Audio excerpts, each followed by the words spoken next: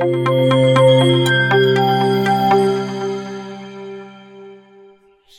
purpose of the Sprint Retrospective is to plan ways to increase quality and effectiveness. So, what does that mean? While in Sprint Review, we are looking at the quality of work done, in Sprint Retrospective, we are focused more on how we did the work. So, we're concerned about ways by which we got that quality in the first place. The Scrum team inspects how the last sprint went with regards to individuals, interactions, processes, tools, and their definition of done.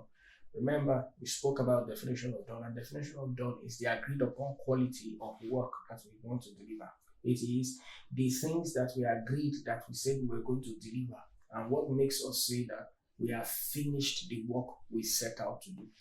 Inspected elements often vary with the domain of work. Assumptions that led them astray are identified and their origins explored. The Scrum team discusses what went well during the sprint, what problems is encountered, and how those problems were or were not solved. Remember again what I said in the beginning, that we inspect in Sprint Retrospective individual interactions, processes, tools, and their definition of them. The Scrum team identifies the most helpful changes to improve its effectiveness. The most impactful improvements are addressed as soon as possible.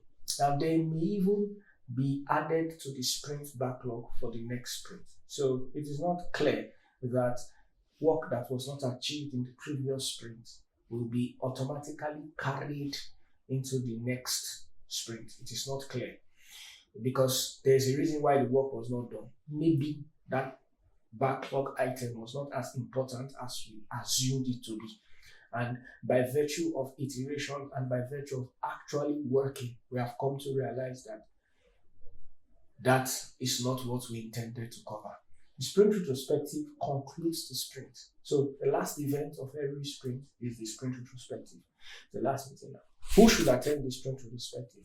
It is the Scrum team members that attend. Unlike the Sprint Review that has attendees coming from all over the place, that is stakeholders. In Sprint Retrospective, you have only the Scrum team members in attendance.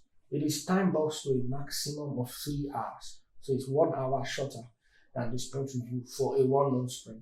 Now, for shorter sprints, the event is usually also shorter. We do not know if it is directly proportional, but all we know is that for shorter sprints, any sprint less than 1 month, you have to do your meeting appropriately less than 3 hours. Take note, the daily Scrum is a time-boxed event of 15 minutes. The Sprint Review is a time-boxed event of 4 hours. The Sprint Retrospective is also a time-boxed event for 3 hours. The Sprint Planning is a time-boxed event for 8 hours. Take note of their time boxes. Of all of them, these time boxes are maximally for 1 month event, except the Daily Scrum.